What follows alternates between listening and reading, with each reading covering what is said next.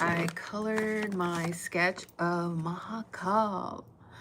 Mahakal.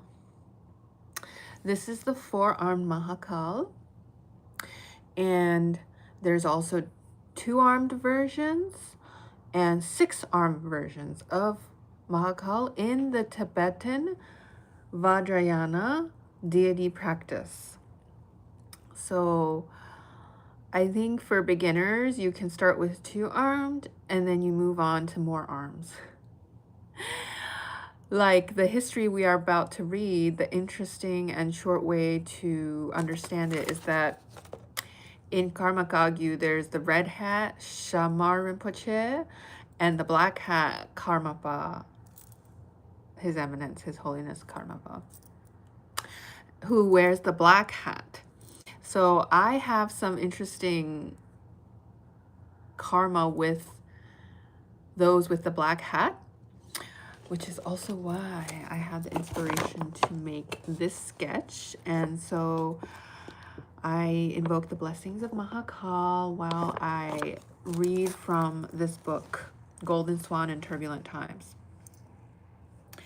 In the period roughly between 1616 and 1618, when the Karmapa was in his mid-teens, he was based mainly at Panam near Shikatse in central Tibet, where he received many teachings and initiations from Pawo Rinpoche. His studies were briefly interrupted when he accepted an invitation from the Tsang ruler to visit the Tsang capital, so central Tibet. This is interesting because in the future of this Karmapa, there will be more conflicts related to the central Tibet authorities and their alliances with other forces. So this book is mainly about those times, and it kind of laid the foundation for some of the modern problems we see today. And so Karmapa and his party arrived in Panam, where they stayed for some time. One day, Karmapa saw a vision of a boy in turquoise color. The boy bowed to him several times. Later, Pawo Rinpoche explained that this special apparition was one of the 3 Nagas who became the protector of the 3rd Karmapa, Rangjung Dorje, who is a previous incarnation of this Karmapa. So they're the same incarnations throughout lifetimes. It was also at Panam that Karmapa started to receive the long transmission of the Kanjur, extensive collection of Buddhist doctrine from Pawo Rinpoche. Karmapa received another invitation from the Tsang Desi and accepted it. Desi Punsuk Namgyal, his ministers, and civilians in large procession received Karmapa. They accompanied him to the Samdrupte Palace, where the Tsang Desi formally presented him with many splendid offerings. The Tsang Desi Punsuk Namgyal and the 10th Karmapa went to the capital. So there's an autobiographical description from the 10th Karmapa, and he received the collection of 244 sub-initiations of tantric deities.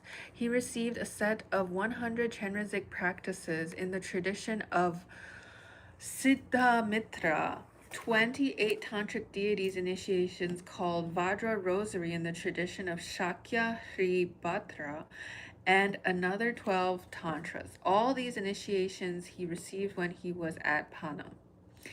During this time, Karmapa's father's drinking problems made him a target. Yangri and Chagmo Lama seized the opportunity to hurt the family. They complained to the Desi and managed to obtain an order to expel Karmapa's family. The parents and the 2 brothers were kicked out of Karmapa's camp or entourage. While still at Panam, Karmapa met Dakpo Rinpoche from the north, the Tertong of Po Rakshi, Duk Kanam Depa of Po, and many people from Kongpo Rinpoche. They paid their respects to Karmapa and presented him with many offerings. Karmapa and his party spent the whole year in Panam. The following year was the Earth Horse year, so we are also in the horse year, but it's the fire horse year in 2026. back then 1618 Earth Horse Year. Again, on Losar Tibetan New Year, a grand prayer ceremony took place. Messengers of the Ming Dynasty Emperor Wanli arrived from China bearing imperial gold letters. In addition, there were 40 rolls of exquisite brocades for indoor wear and 40 rolls for outdoor wear, among many other wonderful gifts. After their stay at Panam, Karmapa and Paul Rinpoche together left for Lodrok in Shannan Prefecture, today southern Tibet, in other geographical understandings. To bid them farewell, the Zhang Desi personally made a trip from his capital to Samdrup Te. Karmapa gave him a long life initiation before departure. Karmapa and his party arrived in Lodrok, southern Tibet, or Shannan. Pawa Rinpoche arranged a grand and splendid reception to welcome Karmapa and presented him with many wonderful offerings. While he was in Lodrok, Karmapa made a pilgrimage to the surrounding areas. The farm where Milarepa met Marpa for the first time. We have Milarepa here. I'm going to take it off now since Milarepa needs to move around. White Tara, Milarepa. What are we talking about? We are talking about some tantric history because I was fortunately blessed today by some interesting encounters in my city, so I felt we should talk about it since it's not always time to talk about it. Yeah. Karmapa made a pilgrimage to the surrounding areas, the farm where Milarepa met Marpa for the first time, as predicted by Marpa's teacher, the Indian Mahasiddha Naropa. He also visited other holy places. At that time in Lhasa, Kisho Depa, a local duke, was conspiring with some Mongolian warlords to overthrow the Zhang ruling government. The warlords were also supporters of the Yellow sect. Kisho Depa invited their armies into Tibet and they joined forces. Together they plotted an ambush and were set to attack the government troops. As soon as Karmapa caught word of this treachery, he conducted a special prayer and the rebels gave up their ambush. This happened in Marmepuk during his visit in Lodrok. Then he continued his pilgrimage. Like, this is how people operate when they're at that level. They just keep going, you know, like, oh, you tried to ambush us, blah, blah. He arrived at the palace of Nudong on the full moon, the 13th day of the 11th month, built during the Pakdru reign. Pagmodrupa reign. To honor him, the palace administration organized a huge reception. Nevertheless, Karmapa stated that he could foresee that the status of the Pagmodrupa family would soon decline. During his stay at the palace, Karmapa performed a special ceremony to bless a set of special thangkas of the Kagyu lineage, which the Pagmodrupa family had commissioned. The Earth Sheep Year, or 1619, ceremonies began for the new year. Chinese monks arrived from Bird's Leg Mountain, Jizushan in China. The elderly Nyungne Reichen, a holy Lama, also arrived, physically carried by disciples who numbered in hundreds.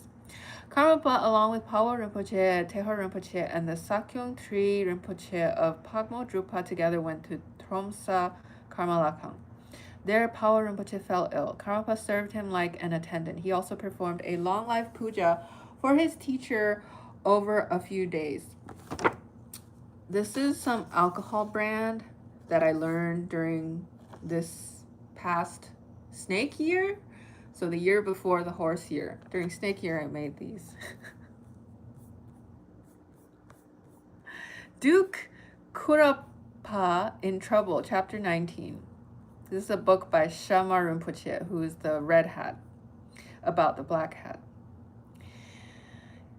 Pawa Rinpoche recovered from his illness and he accompanied Karmapa to Lumpo Gang in the area of Panam. There he transmitted very high teachings to Karmapa. So here's a list of the teachings. There's Black Chakra Samvara, which is a very secret tantric thing. I don't even think there's anyone who's talked about it on YouTube, but yeah. So it was a very precious time for Pawa Rinpoche and Karmapa. Karmapa received the collection of books of Lama Shang, the collection of books of Gampopa, and some other books. And then Paul Rinpoche submitted a legal case to the central government about how badly the Chagmo Lama and his associates exploited the 10th Karmapa. The government rendered the verdict that the entire Chagmo party should remove themselves from Karmapa's entourage and return to Golok, which is their homeland. Yangri Chungpa and Yangri Shagroppa and their people were ordered to resign from Karmapa's administration and to return home and practice retreats there. After Losar of the Iron Monkey year, Karmapa continued to receive teachings from Paul Rinpoche. He received the complete Kadampa doctrines, 3 Dohas of Saraha, collection of Chenrezig practice. So this is 11 face, 1,000 arm Chenrezig.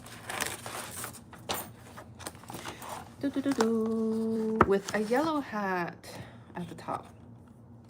Okay. Because Yangri and Chagmo Lama slandered the Kuraba family in front of the Zhang Desi, the head of the government, Depa Pelma Nizalwa was jailed. The 10th Karmapa went to see the 6th Shamarpa. He asked him to talk to the Zhang Desi to release the Duke, Depa Pelma. Together with Pawa Rinpoche, Teho Rinpoche, and the 10th Karmapa, Shamarpa went to see the Zhang Desi to seek the release of the Duke. Shamarpa offered the Zhang Desi a highly valued riding saddle studded with precious stones. The 10th Karmapa also joined Shamarpa in his appeal. They asked the Desi not to attack the territory of the Kurapa family and to set the Duke free, but the Zhang Desi did not cooperate and proceeded to attack the family. As a result, he seized all of the land, property, and palaces, including a palace called Yartolumpugang that formerly belonged to the Duke. Later, because of his wrongful actions and his refusal to yield to the compassionate pleas of his spiritual teachers, the senior Desi Punsuk Namgyal suddenly contracted smallpox and died. Such was the consequence of karma. 10th Karmapa. So this book is interesting because it's interspersed with writings of the Karmapa with Sharma Rinpoche's like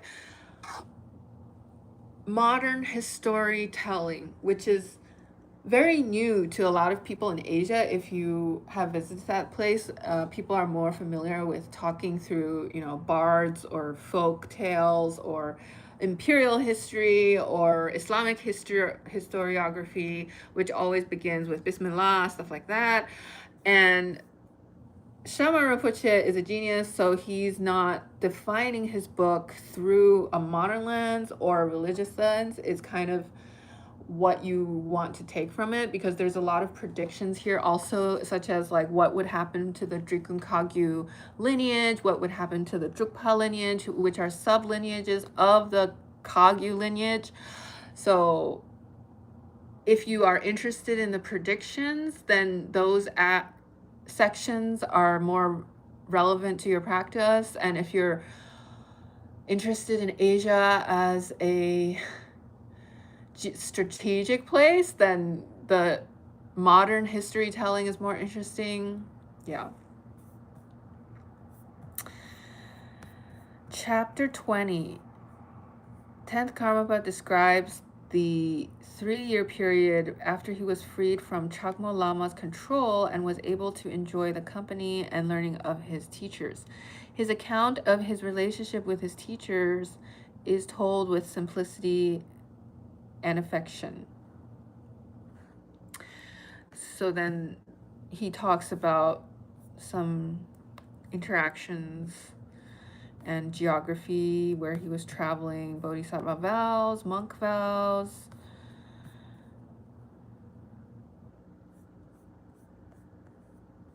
And we have a great thangka replica of the 6th Sharmapa while he was alive, because this book also covers parts that he passes and reincarnates. And I will end it here. This is the 6th Sharma Rinpoche, depicted in thangka style. I'm not sure if that's his real skin color, because the current one seems a little darker, but yeah. Modern photography. Take care, guys. Om Mani Padme Hum, Om Mani Padme Hum, Om Mani Padme Hum. This is, let's compare. See, this is Milarepa and this is Shamarpa.